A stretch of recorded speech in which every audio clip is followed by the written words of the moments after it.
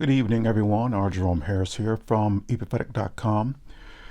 As you can see from the title, I could be wrong. Humility prompts me to say this. I could be wrong. However, does that mean that many of the teachings that come out of Christianity are right? I see many ex-Jehovah's Witnesses on YouTube who are so angry and disgruntled with the Watchtower organization. And it's as if that many of them have an axe to grind because they were disfellowshipped, or they may have developed doubts with the teachings, about the doctrine, or they left for any number of reasons. But it was their choice to become a Jehovah's Witness. Now, when I became a Jehovah's Witness, no one twisted my arm to become a Jehovah's Witness. It was my decision. And do I have any regrets making that decision? No, because I believe that the Most High God will take you through something. You might not see it at the time, but He will take you through something, and you go through it. You come out on the other side with greater understanding.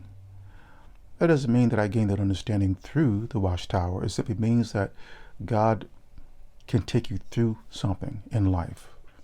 As it stands now, I feel very comfortable talking to any Jehovah's Witness of any status because I know what's taught within the organization. You see, so that's a skill set.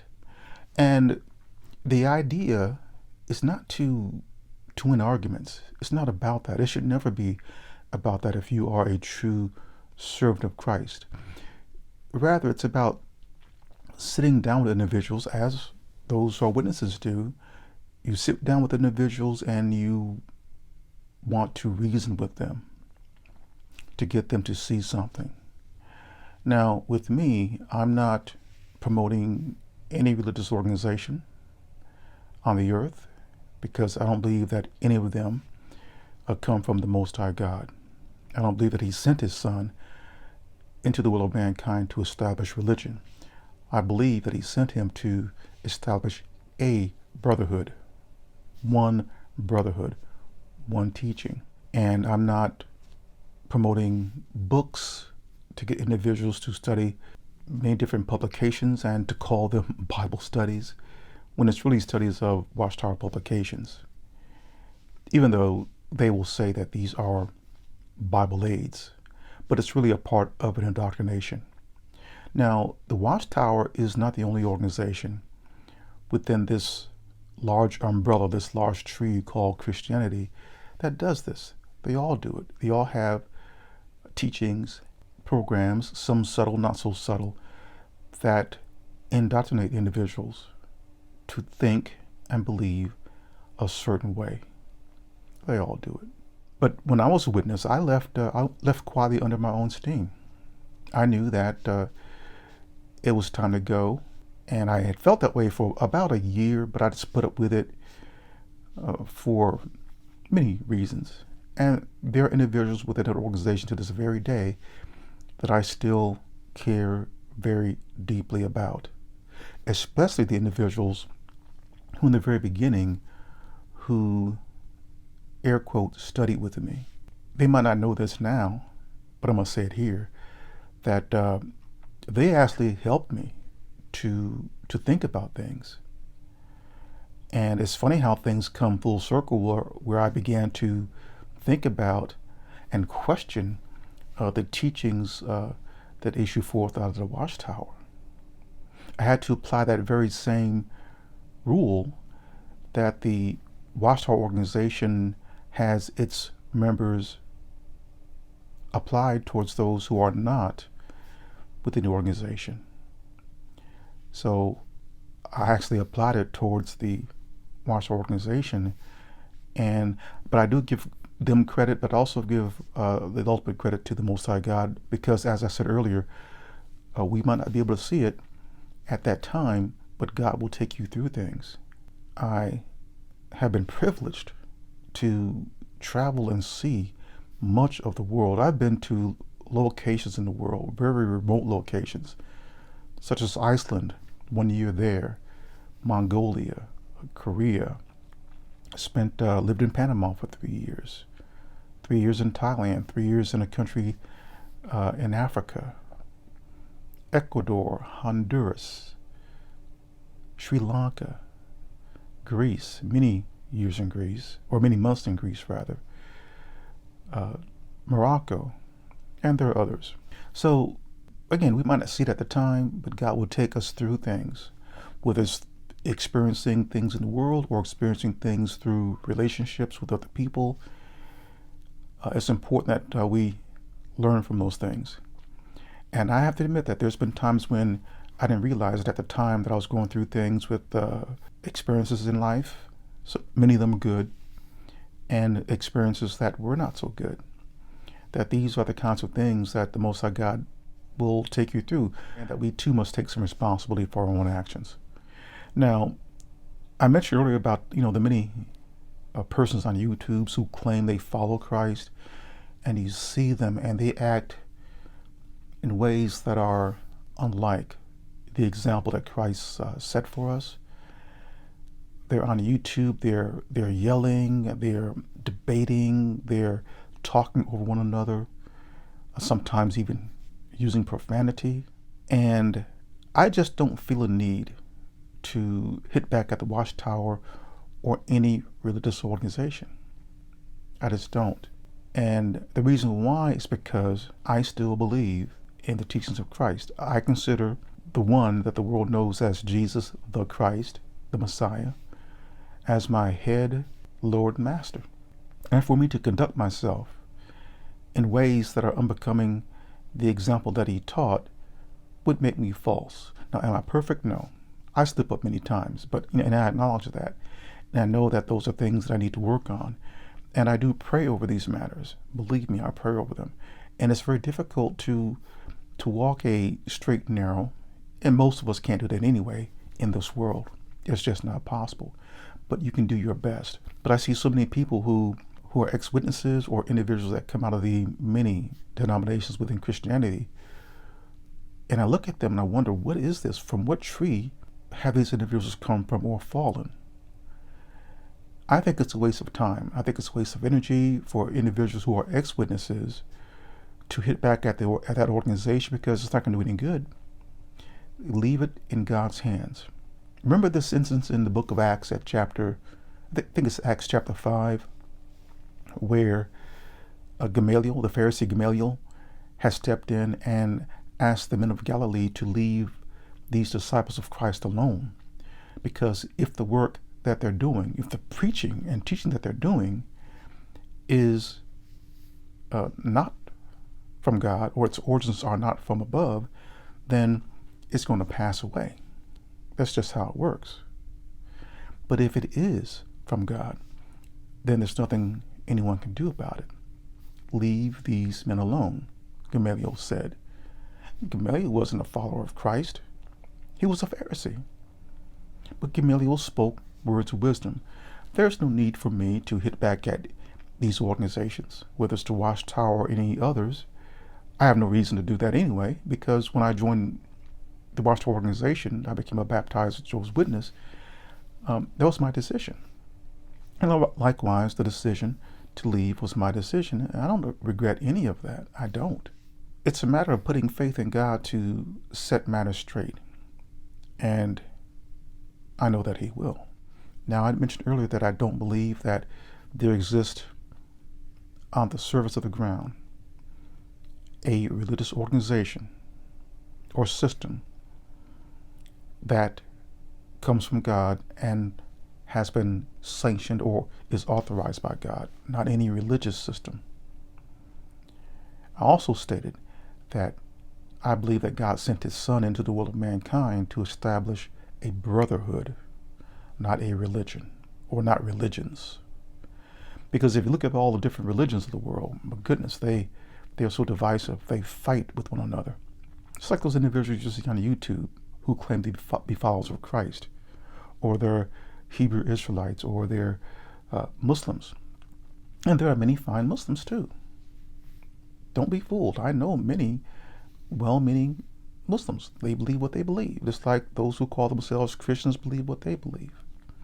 But you see them, I see many of them in these YouTube live streams, and they are just going at each other's throats.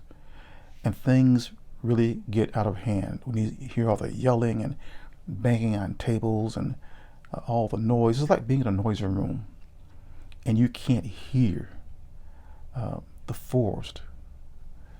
quiet of the forest because of the noise. And each individual wants to get his or her point across. They're not listening to the other person.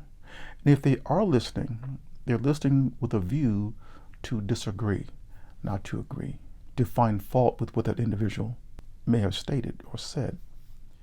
Now, if one goes to Hebrews chapter 13, verses 11 through 14, the Apostle Paul says something very interesting there. And I have it here, I'm going to read it to you, and I'll put it up here on the screen. The Apostle Paul says, "The high priest carries the blood of animals into the most holy place as a sin offering, but the bodies are burned outside the camp. And so Jesus also suffered outside the city gate to make people holy through his blood." So Christ didn't die inside the city. Cities or camps in this case are the organizations of religion. So Jesus didn't die within something called Christianity. He didn't die within some established belief system of the Jews back then. And there really is no such thing as Christianity, because that's something that was created by men many hundreds of years after Christ ascended. So Christ did not die within something or some organized system. You see, cities and camps are organized, right? You go into any city, you find things organized. You have grocery stores, you have car washes, you have government buildings. See, there are places of organization. Christ did not die within anything that was organized. As it states here, that he died, or rather he suffered outside of the city gate to make people holy through his blood. Now the Apostle Paul says something very interesting at verse 13. He says, "Let us," that's the disciples of Christ, "then go to him," where? "Outside the camp, bearing the disgrace that he bore." How many people do you know who are willing to bear disgrace for the sake of Christ and the things that he taught? I see on television and on YouTube, you have these TV evangelizers, especially here in the United States, and they preach this wealth ministry. And you see them in these elaborate buildings, and many of those sitting in the pews are affluent persons, or they appear to be affluent, and all they talk about for the most part is money. They're given a show and they shell out money. Behind the scenes, it just makes you wonder, how much money that they're raking in. It's got to be millions of dollars. And they're laughing all the way to the bank. It's become a business. These individuals are the modern day money changers. They've packaged and marketed Christ. That's what they've done. Those individuals are not godly persons. They don't really believe. They make a pretense at believing, and the end game, the end goal, is to get that cash, to get that credit or debit card. And it's just big business. Verse 14. This is another important element that the Apostle Paul spoke. Listen very carefully to what he said. He said, "For here we do not have an enduring city." So what he's saying here is that followers of Christ, even then and even now, that's the true followers, the true believers, not those who say that they're followers of Christ, don't have an enduring city. There's no places of organizations that we can go into. It's like we're alone out down here in this wilderness of a world.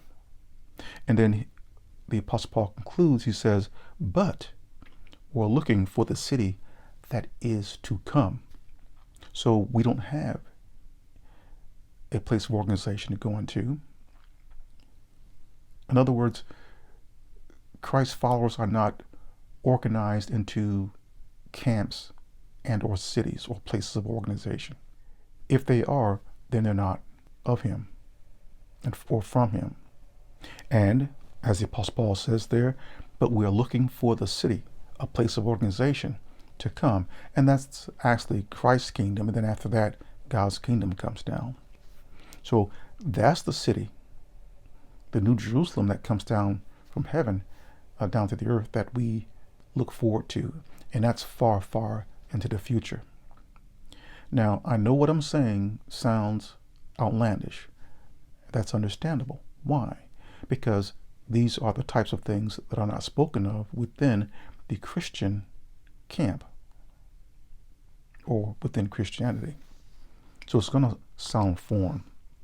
And remember now, Jesus taught at John chapter 18, verse 36, that his kingdom is not of this world. Think about that very carefully. If Christ's kingdom is of this world, then we would see places of organizations, cities and camps that his followers go into, but that his kingdom is not of this world. They don't exist. So whatever standing on the surface of the ground right now, they're all very clever counterfeits. I know what I'm saying sounds crazy. One must consider what's spoken there at 2 Corinthians chapter 4, verse 4, that Satan is the god of this world. And also remember in Matthew chapter 4, what did the devil offer Jesus? He offered Jesus all of the kingdoms of the world, not some of them, all of them, and their glory. Did Jesus at any time check Satan's hand and say, wait, you can't give me what is not yours? Jesus never did that. Jesus knew and knows full well who all of the kingdoms of the world today, back then and today, belong to. They belong to the devil. That's why it says there at 2 Corinthians chapter 4, verse 4, that Satan is the god of this world. So anything born out of his world is not going to be anything truthful. It's going to be something that is going to be a clever counterfeit that appears light-bearing. Thus, these religions that even use the title Christ, the name Jesus, you see, all that's for the purpose of deceiving and misleading an entire world of mankind. And it has worked. All one has to do is think. Don't look necessarily at individuals, because there are many decent individuals within all of the religions of the world. But look at the bigger picture. Look at all the many different religions, and even within Christianity, you have all these many denominations. And look at how things are. Look at how people conduct themselves. Look at how Christianity has conducted itself historically on the world stage. It has blood-stained hands. And to this day, it has blood-stained hands. That is not the type of fruit that issues forth out of the mouth of Christ. He didn't teach those things. In fact, he taught that his followers love their enemies. Christ never beat anyone. He was beaten and put to death. He even asked the Father to forgive those who persecuted him and put him to death. So whatever is being produced in men and women who claim they're followers of Christ is not being produced from a tree from the Most High God. It's being produced by a tree that has its roots within this world, that claims that it is from God and Christ and for God and Christ, but it is not. So with regards to social media, namely YouTube, it is not about size and numbers. It's about the truth as Christ taught it and still teaches via Holy Spirit.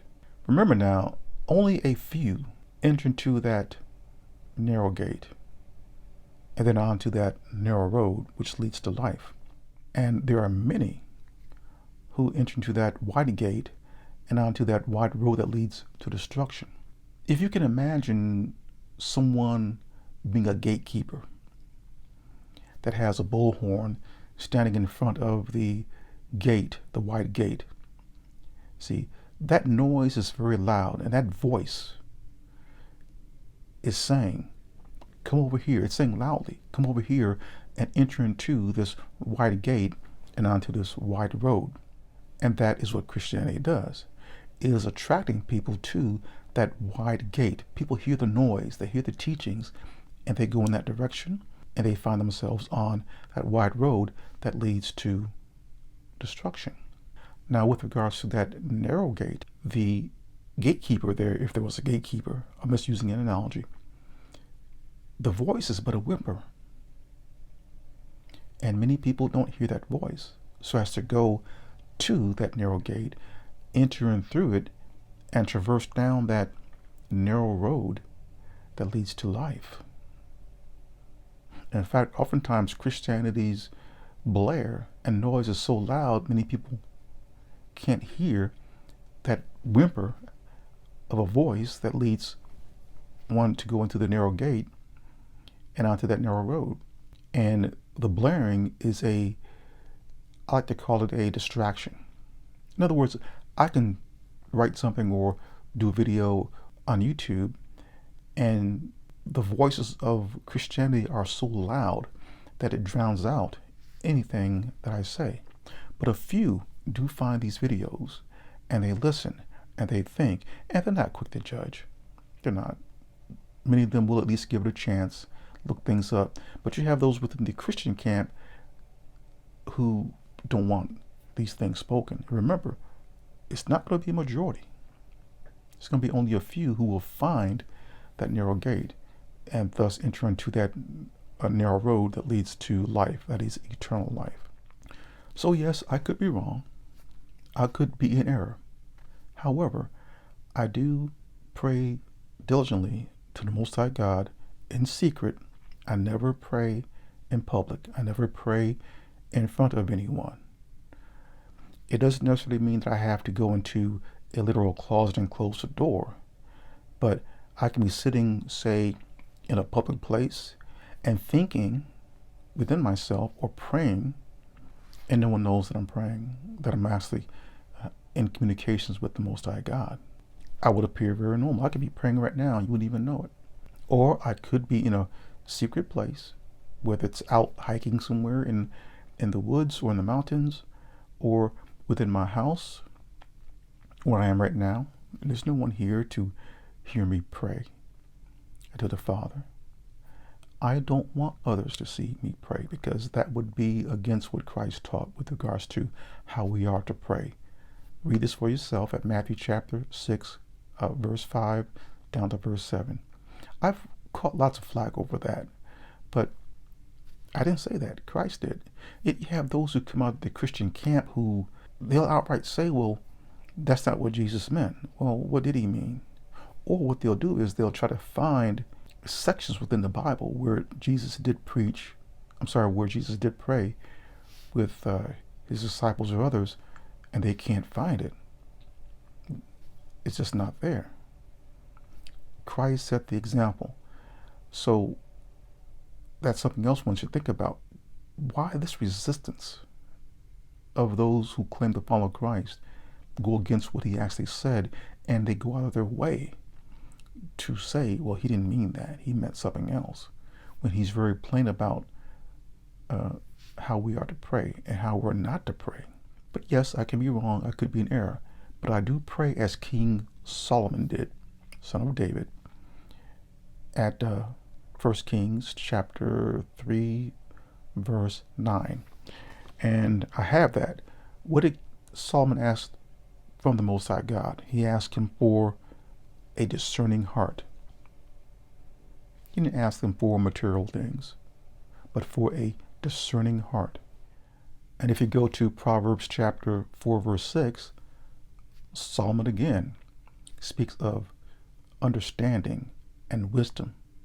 And he says there, do not forsake wisdom, get understanding. So what stands supreme to me with regards to prayer is asking for a discerning heart, understanding, and wisdom. That's God's wisdom and God's understanding. I can't lean upon my own understanding. That would be a grave mistake. And these are the things that we should be asking for. But what I see oftentimes in life amongst people, and I used to be the same way, so I can't, I have to be understanding of others who do this now because I used to do the same thing, is to debate, argue about things written in the Bible, to argue about God and Christ. And I find that those things are in vain to do that, and that we should be seeking understanding and wisdom and even a discerning heart.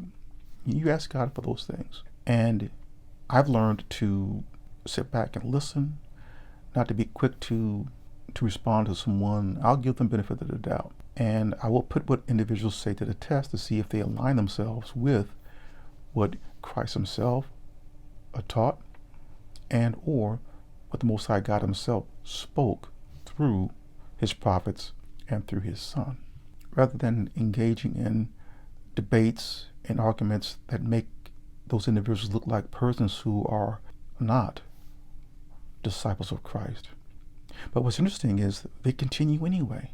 And it makes me wonder, why do you continue like this? Because there are individuals who are watching you. You put yourself on a full display before the entire world if you're on YouTube or on Facebook or any of these social media outlets or on television.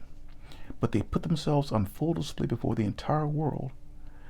And if I was someone who was interested in, say, becoming a follower of Christ, I would be very hesitant to become one looking at how these individuals conduct themselves. Or you'll have those who think this is how followers of Christ should conduct themselves.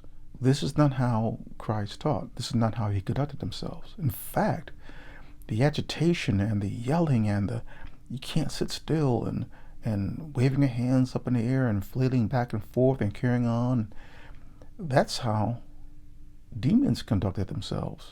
But at any rate, I'm going to end it right here. This is R. Jerome Harris.